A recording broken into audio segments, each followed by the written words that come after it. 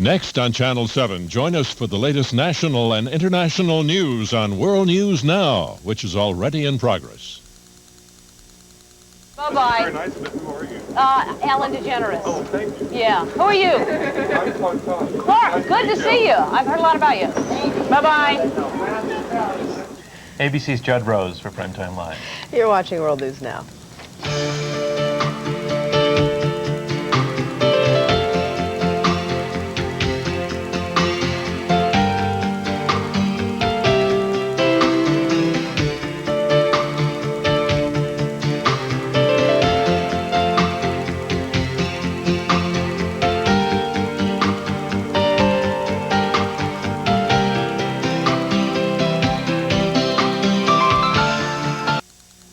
Remember in grade school when the school year was over, but you had to go back one last day to clean out your desk and get your grades?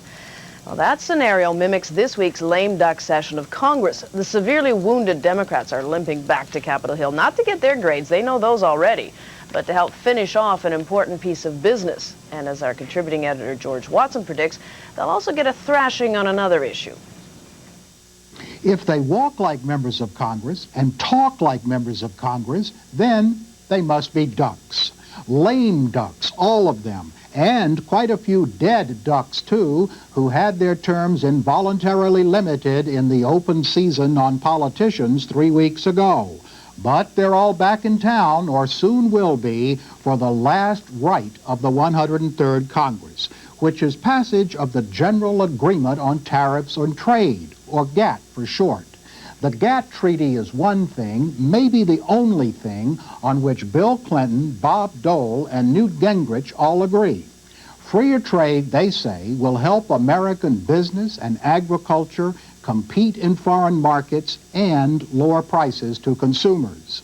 That view is likely to prevail despite the vocal opposition of such political opposites as Pat Buchanan on the right and Ralph Nader on the left.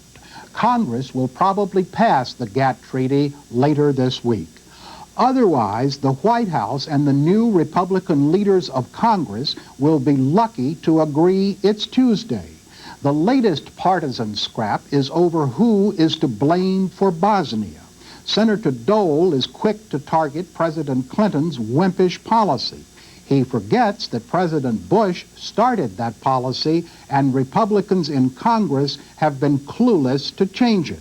In short, neither Republicans nor Democrats have had a coherent policy to stop Serbian aggression.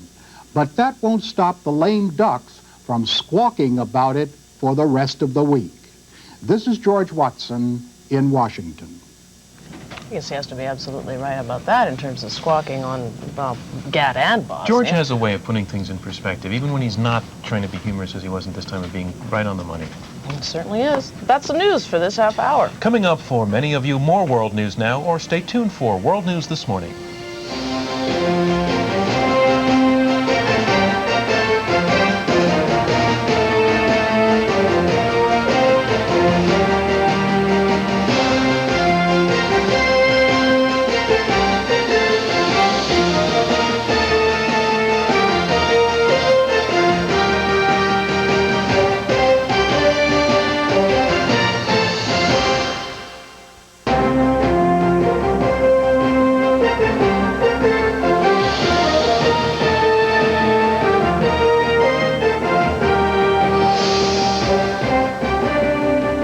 Good morning from New York, I'm John DonVan. Good morning, everyone. I'm Thalia Assuras. In the news at this hour, a new U.S. emphasis on Bosnia diplomacy.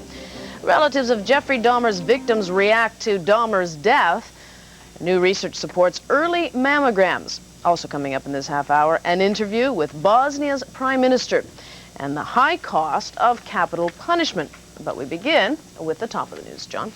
Bosnia's Serbs are moving forward as the Clinton administration is reversing its policy.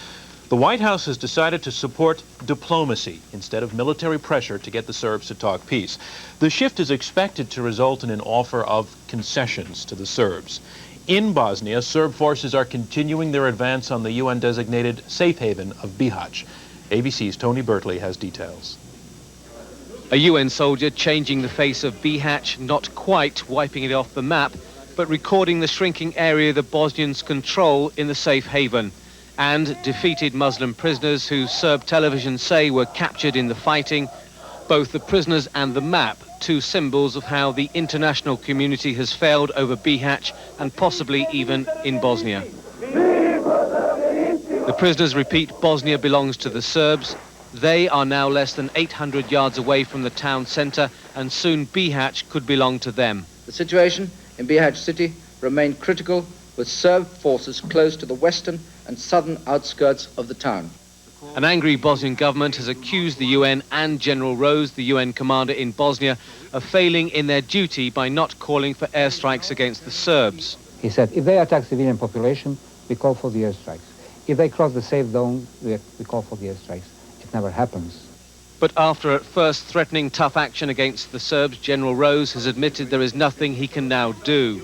The level of force that would be needed would immediately make it clear that this mission had ceased to become a peacekeeping mission and had become a warfighting mission. But the battle for Bihać continues. Rebel Muslims are fighting alongside the Serbs. The mayor of Bihać, in an address by ham radio yesterday, said the Serbs were still shelling the town and casualties were piling up. Tony Bertley, ABC News, Sarajevo. Back here, a Wisconsin inmate is being held in the death of serial killer Jeffrey Dahmer. The suspect is Christopher Scarver, who is serving a life sentence for murder. Authorities have not said why he might have beaten Dahmer to death. Guards at the Columbia Correctional Institution discovered the bloodied Dahmer yesterday morning. He was in a bathroom at the maximum security prison where he was serving multiple life terms. Some relatives of Dahmer's victims say they take little comfort in his death. The hurt is worse now because he's not suffering like we are. We have been through a lot. Look like he just come into my life and just reaching and just pulled my heart out, just twisted everything apart. And by him being dead, that still don't stop because it was done before he died. In 1991, Dahmer confessed to 17 gruesome murders. The world's biggest trade agreement comes up for some big votes on Capitol Hill beginning today. The House is to vote on GATT, the General Agreement on Trade and Tariffs. The Senate is scheduled to vote on Thursday. President Clinton held a White House pep rally for GATT yesterday. The president was joined in calling for the agreement's approval by officials from 8 past administrations. There's some news for women concerned about breast cancer this morning. 2 new studies are weighing in on the controversy about when to get started on mammograms that can detect breast cancer. The studies agree with each other, but they have not persuaded everyone. Here's ABC's George Strait. The 2 new studies support the argument that women in their 40s should get a mammogram once a year. With annual screening with high-quality mammography, we should be able to reduce the number of breast cancer deaths in women 40 to 49 by at least 30%. After examining the breast x-rays of more than 200,000 women from the U.S. and Canada, researchers found that mammograms given to women under 50 spot tumors 15% sooner than when the mammogram is given to women over 50. But this data does not impress the National Cancer Institute. It still recommends that only women over 50 get annual mammograms because it is not persuaded that giving annual mammograms to women before they are 50 actually saves lives. The clinical trial data simply has not given us enough to prove that screening regularly with mammography is going to reduce deaths for women under 50. Experts say this controversy over what age to get a mammogram puts women at risk, one that doctors should eliminate. What we're getting is confusion and chaotic recommendations, and I think the medical community has got to give straightforward and solid signals. But until it does, women are urged to consult their doctors regarding mammograms, but in the end, use their own good judgment. George Strait, ABC News, Washington. Let's take a look now at our national weather map. Canadian storm systems bring snow and some rain to many northern states. The southeast gets light rain. Most of the nation, however, is sunny and dry with typical late fall temperatures. So we have a typical World News Now national temperature index for you this morning. Now some local forecasts as we travel to the internet and a tour of the first 3-dimensional computerized study guide of the human body.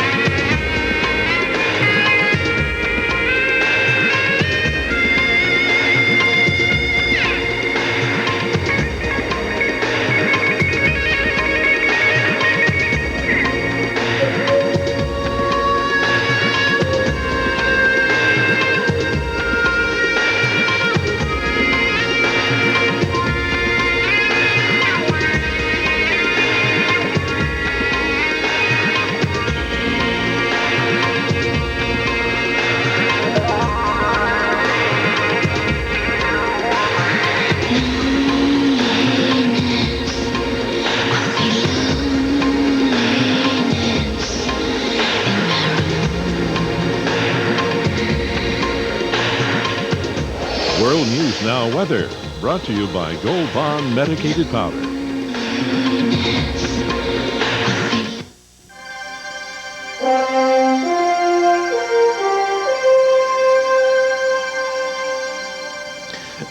Excuse me. Well, it's getting to be a habit. The San Francisco 49ers, once again, the champions of the NFC West. They wrapped up the title last night in New Orleans with a 35-14 win over the Saints. The Niners had a little trouble in the first half.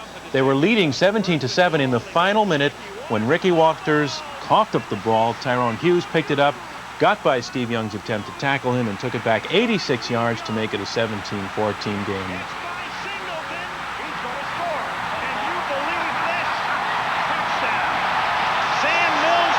17-17 at that point, but both Saints touchdowns came off of San Francisco turnovers. The 49ers opened the third quarter by controlling the ball for over 9 minutes. Steve Young hit Brent Jones for the score.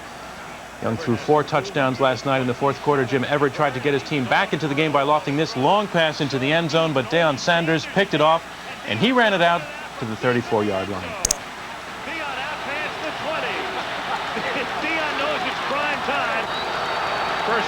That set up San Francisco's final touchdown. Young passed 43 yards to Nate Singleton. The 49ers wrapped up the NFC West title for the 11th time in 14 years.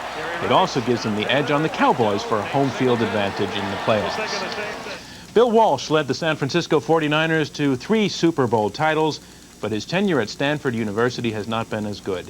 He's been head coach there for 3 years, but after 2 losing seasons, the 63-year-old Walsh has resigned. He says he intends to stay with the Stanford Athletic Department, but there is wide speculation that he will return to the NFL coaching ranks before long.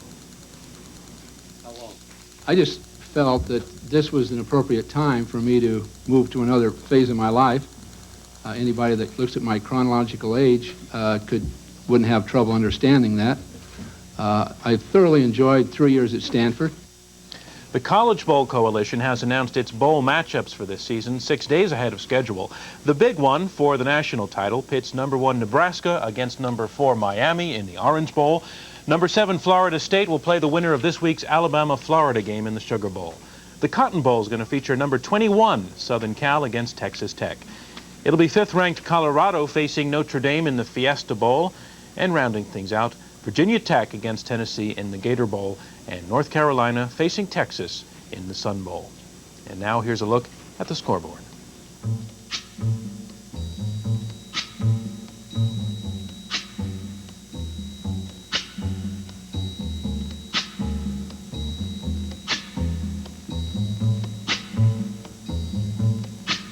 When the night has come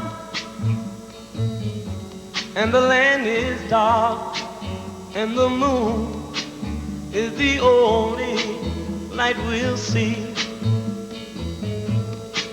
No, I won't be afraid. Oh, I won't be afraid. Just as long as you stand by me. So darling, darling, and that is sports for this half hour. And great music. And you're watching World News Now.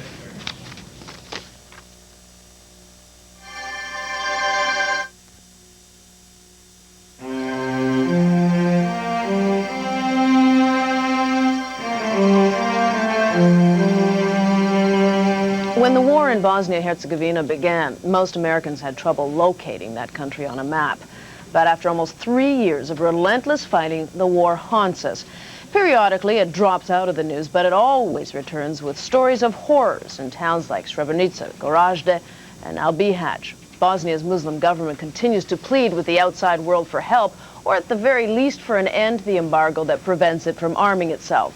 As you know, ABC's Tony Bertley has covered the war from inside Bosnia. Yesterday, he talked with Bosnia's Prime Minister about the international response. With the public genocide of the people and the country, televised, that after 3 years, after 17,000 only children killed in Bosnia, we still have the arms embargo up on our backs. We still have our hands tied. There is an inevitable conclusion to be drawn here, and that is that we are being offered on a plate to the fascist regime in Belgrade. They are practically offering half of Bosnia and Herzegovina to the blackest possible fascism ever. This is the truth. And General Rose and Akashi and others may be or may not be consciously involved in this plan. But General Rose argues that if he were to use more force, it would take his mission here from peacekeeping, if there is peace, to peacemaking, and that would sort of be beyond his mandate here. Do you accept any of that? How about convoys then? How about the fact that they crossed into the safe area, that they attacked civilian population? He said, if they attack civilian population, we call for the airstrikes. If they cross the safe zone, we call for the airstrikes. It never happens. Maybe he has different instructions, I don't know. But it's he who is responsible. It's he whom we know to be responsible to start to turn one key for the airstrikes. It's not coming. Now, Bihać now, where do we have to go from Bihać now? Because it seems that the policy of the United Nations and NATO is not working in Bosnia. Where do we go from here? Well, that's a very good question too. All of us should go back to 1939 and examine once more what happened then when we appeased fascism. The appeasement did not work then, will not work now. Is communism down only to be replaced by ethnic fundamentalism? You may call it fascism, whatever. Today, genocide we call ethnic cleansing. It's a euphemism for genocide. You call it ethnic fundamentalism, you call it aggressive nationalism. It is still black fascism. And we are fighting it almost alone. And if needed, we'll have to go on, continue resisting it all alone. General Rose has hinted that if the situation worsens, the fighting gets worse, then their mission here is